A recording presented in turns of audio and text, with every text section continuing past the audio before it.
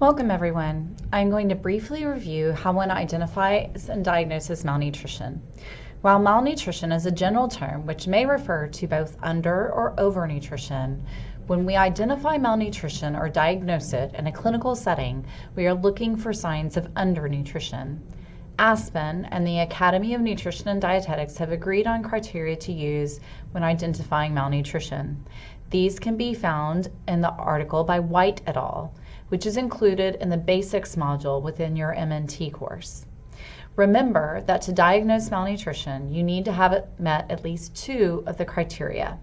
Sometimes, due to patient confusion, maybe about how much weight they've lost, non-matching timelines for patient-reported weight loss compared to the tables or other issues, percentage weight loss may not be sufficient to diagnose malnutrition.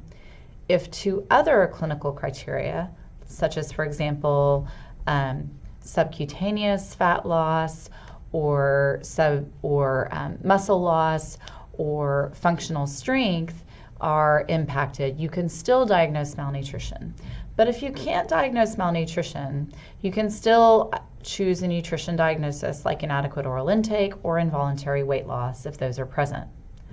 Finally, remember that the table used to diagnose malnutrition also allows you to identify the etiology. If we go to the White article, you'll see that here they describe identifying the risk, determining if you have inflammation or not. And if there's no inflammation, for example, then that's probably a starvation-related malnutrition. If there is inflammation, let's say you have a C-reactive protein that is mildly elevated, then that might indicate chronic disease-related malnutrition. Or if there's a really elevated CRP, that might indicate an acute disease-related malnutrition. However, even if you don't have CRP, if you have a disease like rheumatoid arthritis or let's say a cardiovascular disease with heart failure that you think is driving the malnutrition, you could still choose chronic disease-related malnutrition. If you have a disease such as a multiple trauma that's causing acute, you can still do acute disease.